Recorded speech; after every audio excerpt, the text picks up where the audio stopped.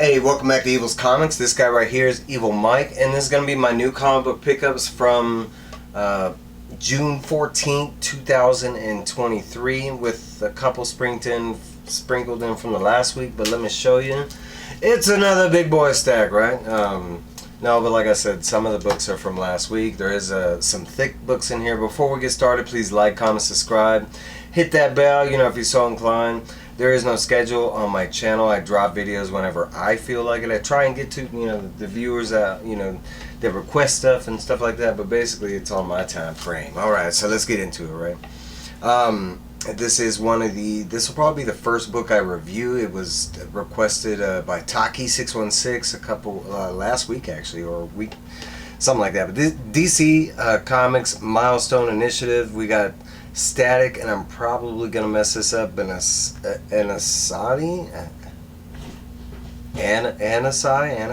but this is it's supposedly a one-shot, but it's supposed to be an all-new, I don't even know who this character is, and I'm reading everything Milestone, so it kind of tells you, but this will be the first up on the block. Next up, a big book for me, but there's an explanation that goes into it. So we got DC Pride Through the Years. It's titled number 1, but it's basically 2023. But what this is just a book featuring reprinted stories from Batwoman, Pied Piper, Supergirl, and not really Supergirl, but the person that she was saving. And then we got an all-new story of Alan Scott. That's the biggest reason I wanted this one. Plus, I've never read these two stories before, and Batwoman is one of my top favorite characters. And currently, I don't have issue number 1, and I think that's what's reprinted in there. We got a bunch of big books this week, man. This was a double star on my list. Click, click, boom. The reason being, one of my favorite writers, Doug Wagner, has separated from his team for a second to do this book, so I'm going to check it out. New artist, I think it's Doug Dabs. A big one for a lot of people for a lot of reasons. For Lorenzo, after Chroma, I'm all aboard on this guy. But this is Skybound Productions with Image Comics. This is Void Rivals number 1, and if you haven't heard, this is a Transformer book. But that's all we know about it, or all I know about it. But supposedly they're about to tie in a whole bunch of different franchises into one thing. I'm super excited for that. But the person that wrote it is the same guy who did Chroma and I don't know, I'm drawing a blank, but Lorenzo Di Felici, man. Image Comics, we got Something Epic, issue number 2. I went with the Back to the Future homage. I actually got quite a bit of picks. They have some other homages that they came out with, but I really love the first issue. We got a Blaze Comics. We got Animal Castle Volume 2, issue number 2. I did not review this, but I reviewed the whole first series. But man, it's just as good as the first series. That first issue was just as good. The emotions, the art. This one, I know the story about this. I just recently heard the story about this, how this is like one of the longest unfinished comics ever, and they're finally getting around to finish it for one reason or another.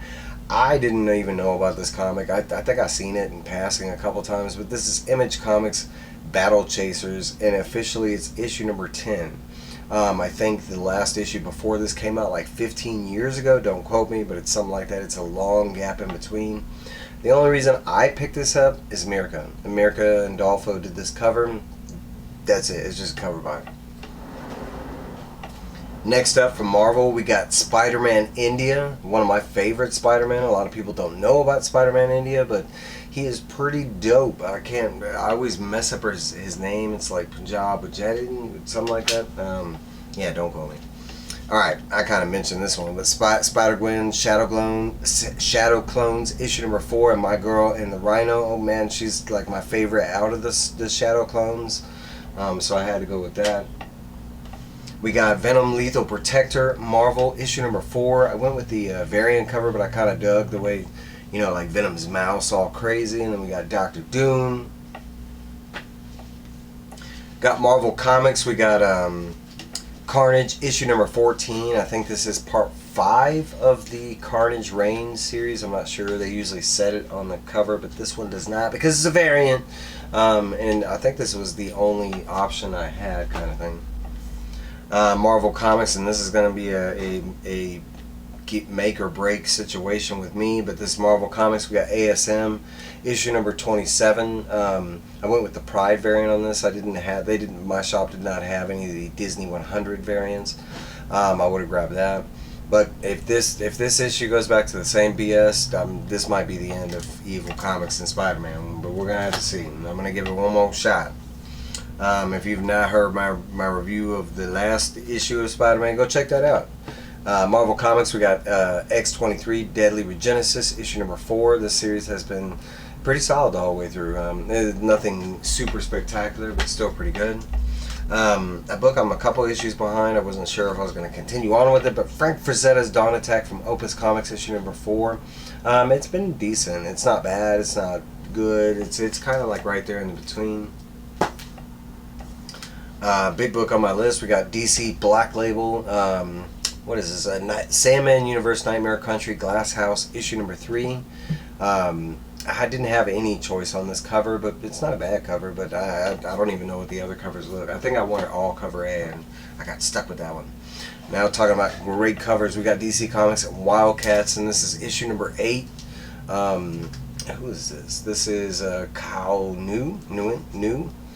But man, that's fantastic with Grifter and I don't know, Home Slice. I don't remember her name. I do know her name. I'm just drawing a blank. Mike is bad with names. I love this cover right here. This is my maybe my cover of the week. But we got DC Comics, the We Are Legends DC Pride variant. This is Spirit World issue number 2. And if that ain't fantastic, I might have to look who it is. Is it Dustin or Justin? Oh, Jessica LaFone. Or Lufone. I did not know that. Pretty dope though. Another great cover, but we got Batman Incorporated number 9. This will be part 2 to the Joker Incorporated. That's kind of why I went with this cover, but it's fantastic, man. Look at all the detail going on there. Another big boy issue right here. We got DC Comics. We got Superboy Lost issue number 4 out of 10, I think it is. Yeah, 10. This has been a fantastic series. I am an issue behind. I've been kind of holding it back. Another Frank Frazetta. We got Opus Comics. This is starting with a brand new one. This is Mothman issue number 1. I have no idea about this, but all I know is it does pertain to the real urban legend of the Mothman. I am caught up on this, but Marvel Comics, we got Extreme Venomverse issue number 2. I went with the Lasher symbiote, I think this one's called. I thought it was right up my alley with the whole evil, you know. And I love purple. We got Dark Horse Comics with Flux House Hairball issue number 3 with the Possessed Cat. I'm an issue behind on that one, but looking forward to it. I've heard nothing but good things. DC Comics, we got the Joker Who Stopped Laughing issue number 9. We're getting really close to the end, and this series has been phenomenal. I don't even know where it's going. It's so crazy. You gotta check it out. We got DC Comics Multiversity Harley Screws Up the DCU issue number 4.